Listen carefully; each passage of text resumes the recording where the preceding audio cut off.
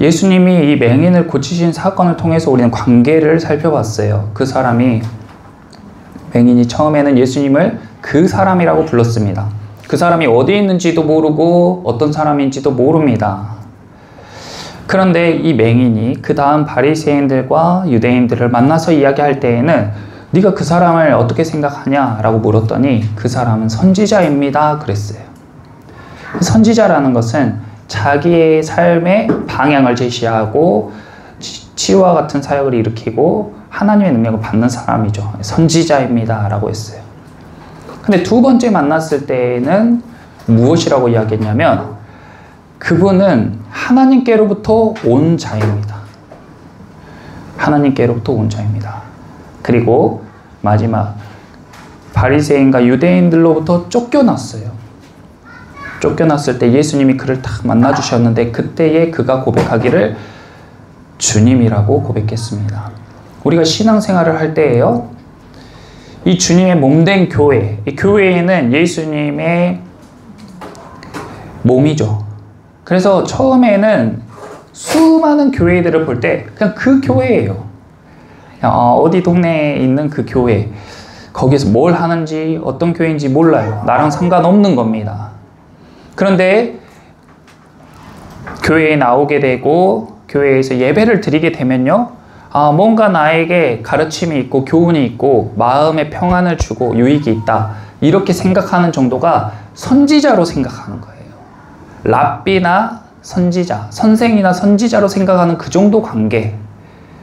그런데요, 예배 가운데 더 깊어지면 깊어질수록요, 이 관계가 어떻게 발전하냐면 이 교회에 하나님께서 역사하시는구나, 하나님께로부터 오는 능력, 하나님께로부터 오는 지혜가 이곳 가운데 있구나를 경험하게 되는 거예요. 그리고 그런 사람들은 이제 제자가 되기를 원합니다. 이 맹인이요, 자기도 제자가 되려고 한다고 했어요. 바리새인과 유대인들이 출교시키려고 했어요. 그러니까 그 사회로부터 격리해요. 그 사회로부터 쫓겨나는 거예요. 두렵죠. 맹인의 부모님은 그걸 두려워했어요. 그런데 이 맹인은 그것을 두려워하지 않고 자기는 제자가 되기로 결심합니다. 그때 그들에게서 쫓겨났을 때에 예수님이 그를 딱 만나주시는 거예요. 여러분, 사회로부터 격리당하는 것, 사회로부터 따돌림 당하는 것을 두려워하지 마시기 바랍니다. 그때 예수님이 여러분을 만나주실 줄 믿습니다. 그래서 예수님을 딱 만나주셨어요. 그때에 이 사람이 주님이라고 고백하는 거예요. 나의 주인, 저는 종입니다. 예수님이 오늘 본문에 그 맹인을 만나셔가지고 무엇이라고 물으시냐면 35절 끝부분에 내가 인자를 믿느냐, 거기 밑줄 그어보세요. 내가 인자를 믿느냐. 그리고 36절에 맹인의 대답이요, 내가 믿고자 하나이다. 밑줄 그어보세요. 그리고 38절에 주여 내가 믿나이다. 밑줄 그어보세요. 다 무엇에 관한 이야기예요? 다 세 개가 다 믿음에 관한 이야기예요.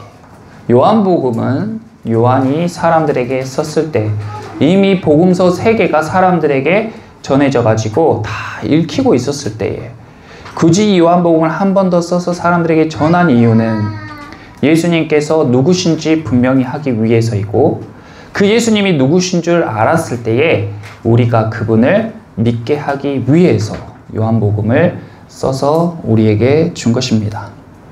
그러니까 우리는 요한복음을 통해서 다른 것에 막 관심을 갖고 우리의 생각을 그곳으로 기울이는 것이 아니라 예수님이 누구신가, 그리고 그 예수님을 우리가 믿게 되는 것, 이것이 이 책의 목적이에요. 그래서 우리가 9장까지 쭉 이렇게 살펴봤는데 이 책은 2장부터 12장까지요, 딱 7가지의 표적을 기록하고 있어요. 표적. 기적이라고 하지 않고 표적이라고 하는 이유는 우리가 일반적이지 않은 일들이 생겼을 때 그걸 기적이라고 하잖아요. 여러분도 살면서 한 번쯤 기적을 경험해 보셨을 수도 있어요. 근데 이 책에서 기적이 아니라 표적이라고 그 단어를 사용한 이유는 예수님을 믿고 하나님을 믿음으로써 우리 삶 가운데에 기적 같은 일이 일어나는 게 중요한 게 아니라 그 기적 같은 일을 통해서 우리의 마음에 믿음이 생기는 게 중요하기 때문에 표적이라는 단어를 쓴 거예요. 그래서 7가지 표적을 기록해 뒀습니다. 그 7가지 표적을 오늘 한번 싹 이렇게 살펴보려고 해요. 복습을 해야죠. 공부를 잘 하려면 복습하고 예습하고. 왜냐면 우린 잘 잊어버리기 때문에.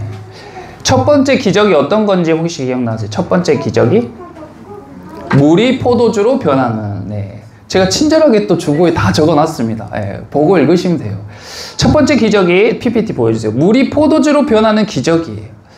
이것은 어떤 일이냐? 우리는 결혼식장이 즐겁고 기쁘고 사람들은 거기에서 먹고 마시면서 막 너무 즐겁죠. 그런데 포도주가 떨어지고 있었어요. 포도주가 떨어지고 있다는 것은 삶 가운데의 기쁨, 삶 가운데의 희망이 소멸되어 가고 있다라는 의미예요. 우리는 나이가 먹을수록요, 인생의 즐거운 게 적어져요. 인생의 희망도 적어져요. 목적도 희미해져요. 어렸을 때는 뭔가 세상에 큰일을 일 것처럼 막 열정이 넘쳐요. 나이를 먹을수록, 시간이 흐를수록 우리 인생 가운데 기쁨이 줄어든다고요. 그것이 마치 연회장에 포도주가 떨어지는 것과 같아요. 큰일이죠. 근데 사람들은 그것을 걱정하고 대비하기보다 그냥 먹고 마시면서 될 대로 되라 해요. 그런데 예수님의 어머니이신 마리아의 기도로, 마리아가 예수님께 기도하잖아요. 예수님, 이들이 지금 포도주가 다 떨어지게 생겼는데, 이들의 삶 가운데 기쁨과 희망이 다 없어지게 생겼는데 이들을 위해서 일해주세요. 기도하는 거예요.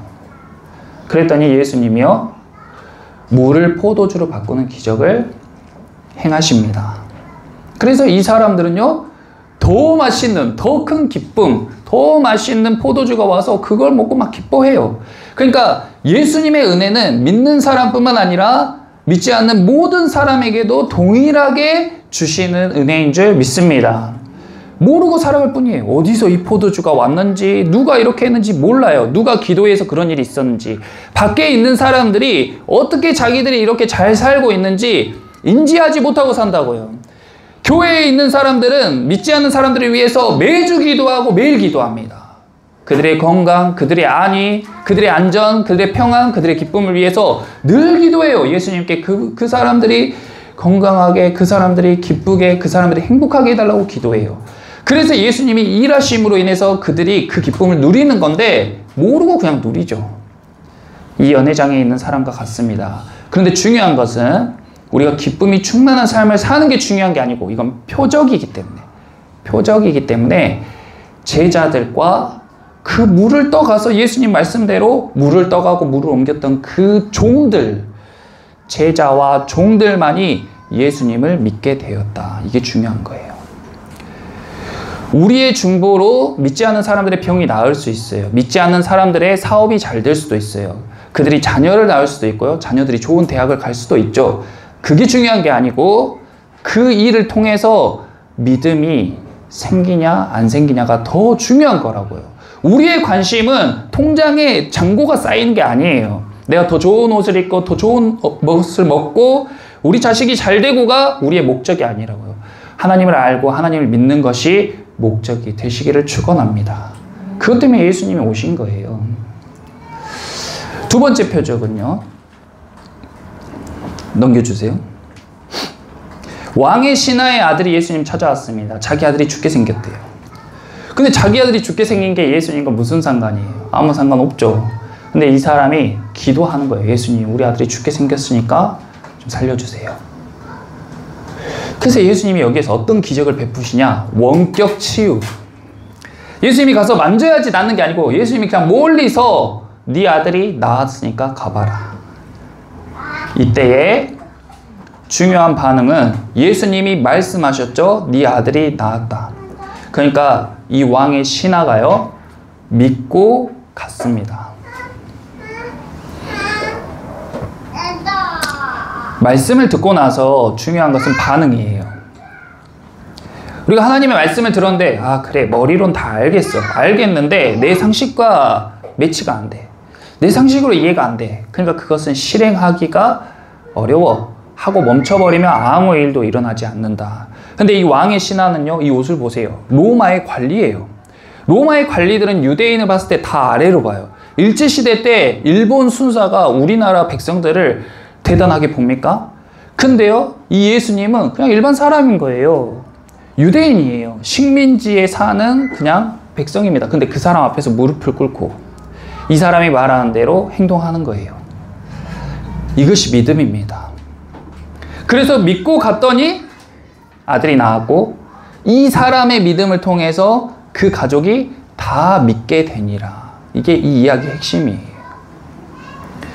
아들이 죽다 살았다가 아니고 이 사람의 믿음의 행동을 통해서 그 가족이 다 믿게 됐다. 그 가족뿐만 아니라 그 집안이, 그 집에서 일하는 종들까지 다 같이 예수님을 믿게 되었다. 원격 치유. 그 다음 넘겨주세요. 세 번째는 여기가 어디예요? 여기 온천같이 생긴 이거 베데스다죠? 여기 베데스다예요. 이 베데스다 연못 근처에 있는 38년 된 병자입니다. 38년 동안 누워 있었어요. 네가 뭘 원하냐? 그랬더니 고침받기를 원합니다 라고 이야기하면 되는데 내가 물이 움직일 때 사람들이 한 번만 저기로 데려가주면 나섰을 텐데 하면서 남 핑계를 계속 대는 사람. 아이고 우리 부모님이 나를 이렇게 해가지고 내가 지금 이 모양 이 꼴. 나 어렸을 때 그 선생이 나한테 그래가지고 내 친구가 나한테 그래가지고 아이고 우리 아버지가 나한테 그래갖고 그런 사람 38년 동안 남 탓하면서 자리에 누워있던 저 사람. 그런데 저 사람에게 일어날 수 있게 예수님이 병을 고쳐주셨어요. 그런데 여기에서 중요한 것은 병 고침이 아니에요. 여기에서 예수님이 행하신 기적은 무엇이냐? 그것은 바로 죄사함입니다. 죄사함이에요. 왜냐하면 이 사람이 나았을 때 예수님께서 이 사람을 다시 만날 때 뭐라고 했냐면 이전보다 더한 것이 생기지 않도록 가서 죄를 짓지 말라고 했어요. 죄를 지으면 이전보다 더한 게 생긴다고 했어요. 38년 동안 누워서 병 걸린 사람보다 더 안 좋게 된다고 죄를 짓지 말라고 했어요. 그런데 이 사람의 스토리에는 믿었던 내용이 없습니다. 예수님을 유대인들에게 넘기고 사라져요. 그리고 예수님은 그 이후에 이 기적에 대해서 설명해 주시는데 무엇을 설명하시냐면 예수님께서 심판하실 권한이 있다는 걸 설명해 줘요. 병을 고치는 능력이 있다고 설명해 주는 게 아니에요. 사람들에게 나는 심판할 권한을 아버지께서 주셨어. 그래서 내가 죄를 심판해. 내가 유죄라고 하면 유죄고 무죄라고 하면 무죄야. 그러니까 죄 사함 받고 죄를 짓지 않도록 해 하는 이야기란 거예요. 영원한 생명에 관해서 마지막 때에 심판이 있어. 천국과 지옥이 있어. 근데 그것을 내가 심판해. 나를 믿으면 너희의 죄를 없다고 해줄 거야. 그 이야기를 계속하고 있어요. 그런데 이 사람은 그것이 중요한 게 아니에요. 지금 자기 눈앞에 있는 유대인들, 힘 있는 그 유대인들이 두려워. 그리고 자기 먹고 사는 게 급해. 그러니까 예수는 나중에, 내가 나중에 또 예수님 따라가려면 언제든지 따라갈 수 있지. 예수님 말씀 들으려면 들을 수 있겠지 하고 예수님은 제껴놓고 자기 볼일 보러 가버렸어요. 그 사람은 성경에 더 이상 기록되지 않았습니다. 다음, 그리고 우리가 잘 알고 있는 오병이어의 기적. 오병이어의 기적에서 중요한 것은 뭐냐면 너희가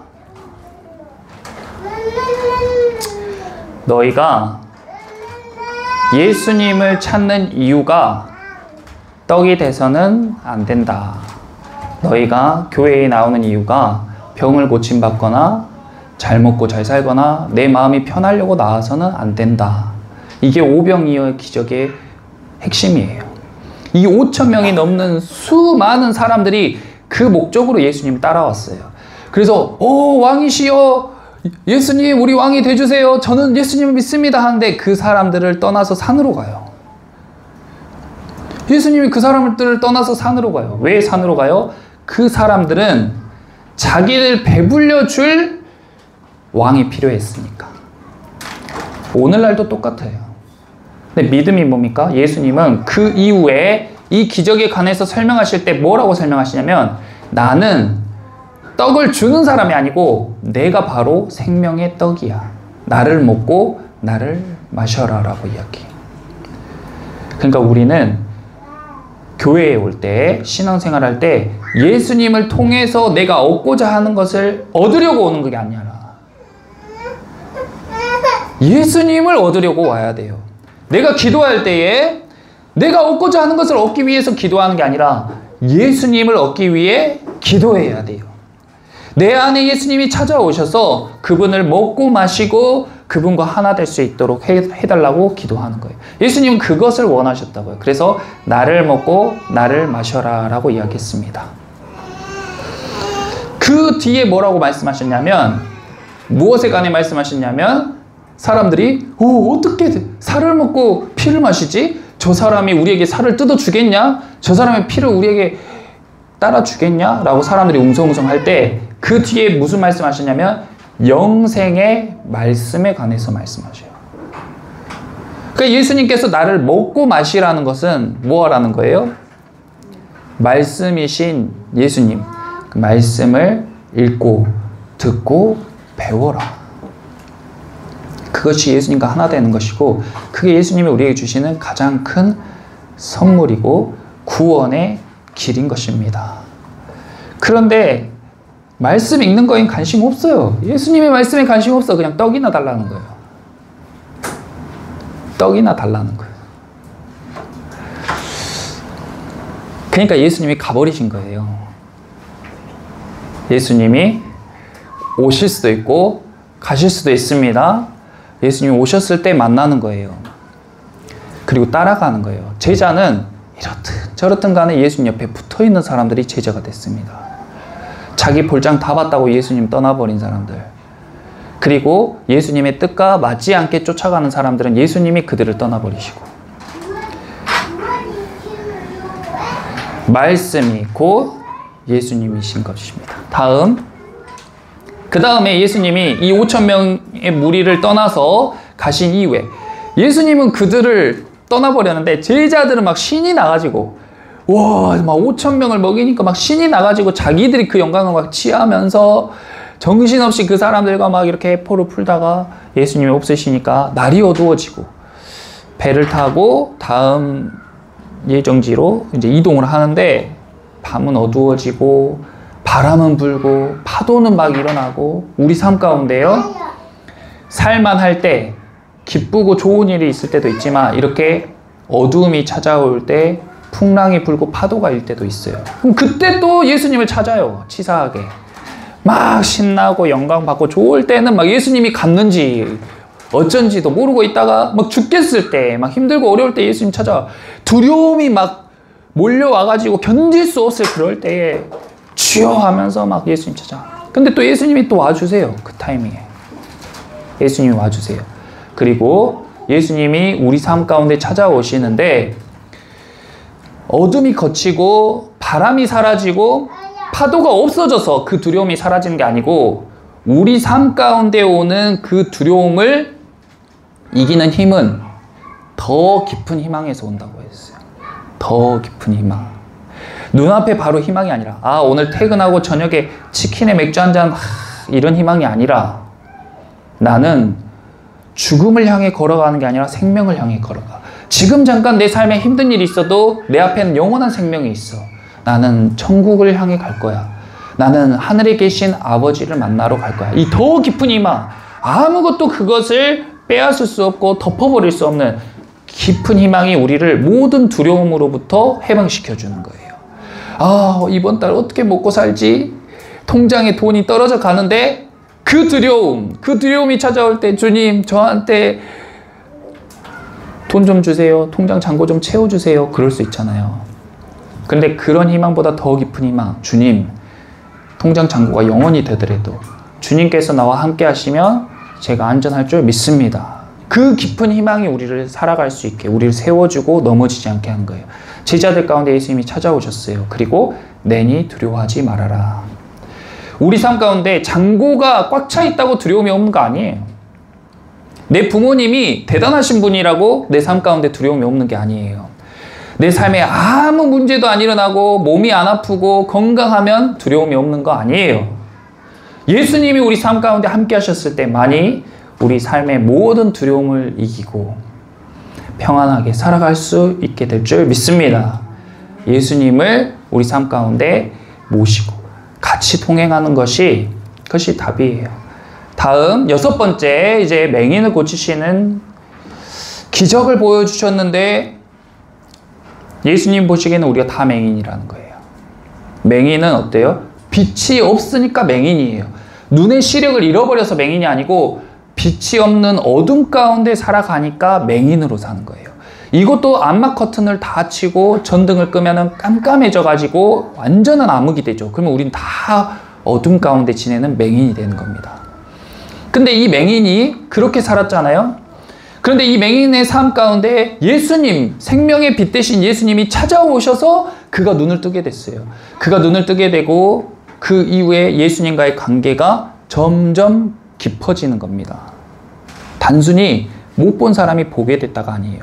우리가 영적으로 죽어 있을 때, 영적으로 맹인일 때, 내 삶 가운데 어둠 가운데 살아갈 때에 그곳 가운데 방황하고 헤매면서 공허하고 혼란스러운 삶을 살아가다가 생명의 빛 대신 예수님이 우리 삶 가운데 찾아오셔서 만나주시면요, 영적인 눈을 뜨게 돼요. 그러면 뭐가 느껴지냐? 아, 하나님이 우리 삶 가운데 깊이 관여하고 계시구나. 나의 삶이 하나님의 계획 안에서 이루어지고 있구나. 성경이 창세기부터 요한계시록까지 이 세상의 창조부터 멸망까지를 이야기하고 있듯 나의 삶도 태어남이 있고 죽음이 있는데 그 모든 과정이 다 하나님의 섭리 안에 있구나라는 것을 깨닫게 되는 거예요.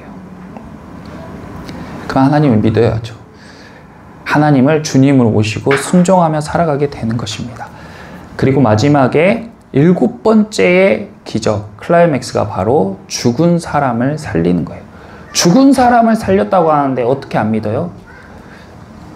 그걸 사실로 받고 예수님을 믿으면은 어떻게 예수님을 안 따라갈 수가 있냐고요. 죽은 사람을 살렸는데 안 믿으니까 못 따라가는 거예요. 그래서 이 7가지 기적, 이 표적을 우리에게 보여주신 이유는 너희 삶 가운데도 기적이 일어날 거야가 아니고 이 기적을 통해서 너희가 믿음을 갖길 바란다. 그래서 모든 사람의 삶에 기적이 안 일어날 수도 있어요. 평범하게 죽을 때까지 사는 사람도 있어요. 그런데 모든 사람에게 똑같이 주기 원하시는 것은 믿음입니다. 믿음을 선물로 받으시기를 축원합니다. 그게 제일 좋은 거예요. 사람들이 보기에는 어리석어 보이고 사람들이 보기엔 미련해 보여도 그게 제일 좋은 거예요. 믿음이 제일 좋은 거예요.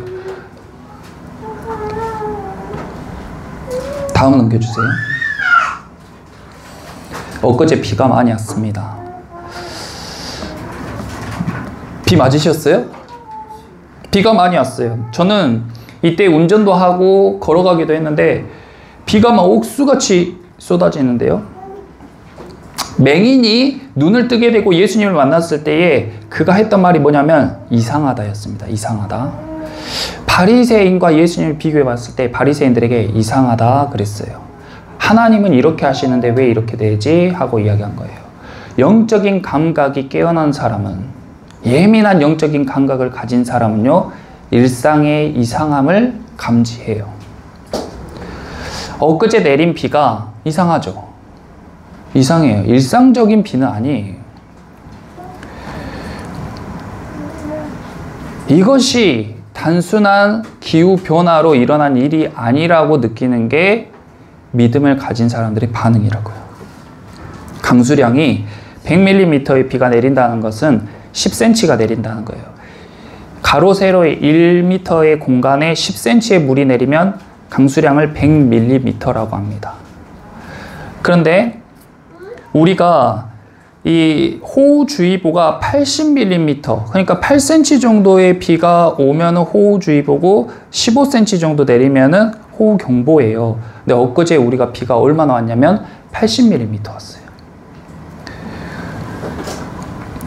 시간당 강수량 체감 기준으로 봤을 때에 평소에 우리가 내리는 비가 1에서 3mm 정도, 가랑비 우산 안 써도 되고 우산 쓰면 다 막을 수 있는 정도. 1에서 3mm예요. 20에서 30mm 정도 되면 몸 전체가 젖고 그것을 억수같이 내린다고 해요. 그 소낙비처럼 팍 내리는 게 20에서 30mm로 내리는 거예요. 30에서 50mm 내리면요, 위에서 누가 물통으로 퍼붓는 수준이에요. 누가 위에서 물통으로 퍼붓는 것 같은 비가 30에서 50mm. 근데 50에서 80mm면요, 폭포 밑에 있는 정도 수준이랍니다. 그러니까 엊그제 내린 비가요, 우리가 폭포수 밑에서 폭포를 맞는 것 같은 비예요. 이상하죠? 이상한 거예요. 그리고 80mm 이상이 되면요, 사람들이 공포를 느끼는 수준의 비가 된대요. 그래, 이렇게 비가 내릴 때 우리는 하늘에 구멍 난 것 같다고 이야기를 해요. 근데 성경에 하늘에 구멍이 난 사건이 있었습니다. 노아에 대해 하늘에서 구멍이 나고 땅에서 샘이 터져 나와가지고 물이 차기 시작하는데 순식간에 찬 거예요. 그래서 사람들이 미처 도망가지 못하고 미처 방주에 타지 못하고 다 잠겨 죽었습니다. 저는 이 내리는 비를 보면서 아, 노아의 때가 이랬겠구나. 두려움이 몰려오는 거예요. 이렇게 물이 다 잠겼는데요, 이게 뭐 하루 이틀 걸린 게 아니에요. 어느 곳은요 10분 만에 차가 잠길 정도로 물이 차버리더라고요. CCTV를 보니까. 우리 산 가운데 이런 일이 일어날 수 있다. 이 사람들이 차를 타고 가면서 자기 차가 이렇게 잠길 줄 알았겠습니까? 저는 목회자니까 성도들에게 이야기를 해야 되는 거예요. 우리는 언제 어떻게 될지 몰라요. 오늘 예배 끝나고 밖에 나가서 누가 어떻게 될지 몰라요. 그런데 그것이 비극이 아니고요, 믿음이 없이 이런 일을 겪게 되는 게 더 비극인 거예요. 하나님의 말씀에 누가복음에요. 누가복음 노아의 때에 관해서 이야기를 하고 있는데,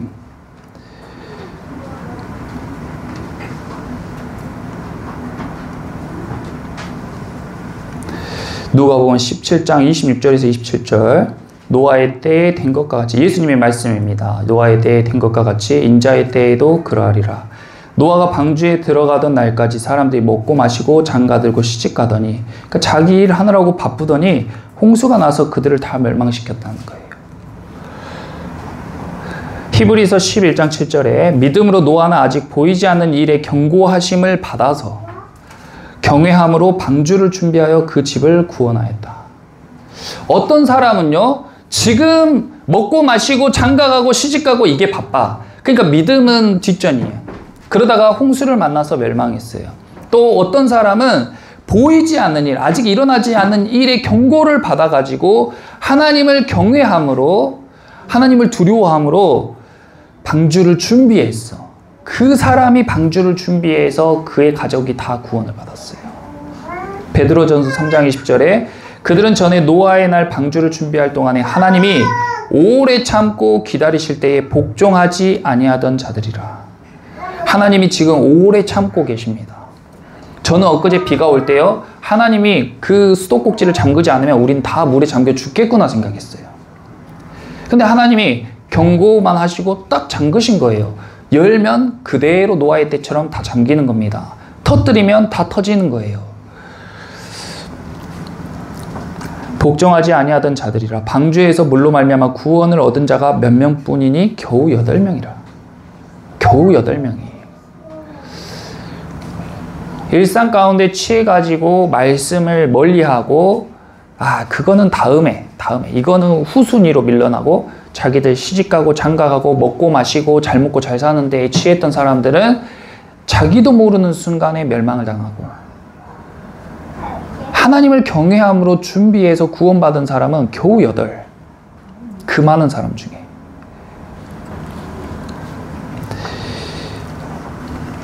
그래서 굳이 복음서가 3개 있는데 요한이 또 하나 쓴 거예요. 잘 안 믿으니까. 믿음이 중요합니다. 말씀을 보고 예수님께 믿음을 달라고 기도하세요. 그리고 구원책에 있는 것처럼 독립이나 미혹이나 이중생활이나 겁쟁이처럼 믿지 마세요.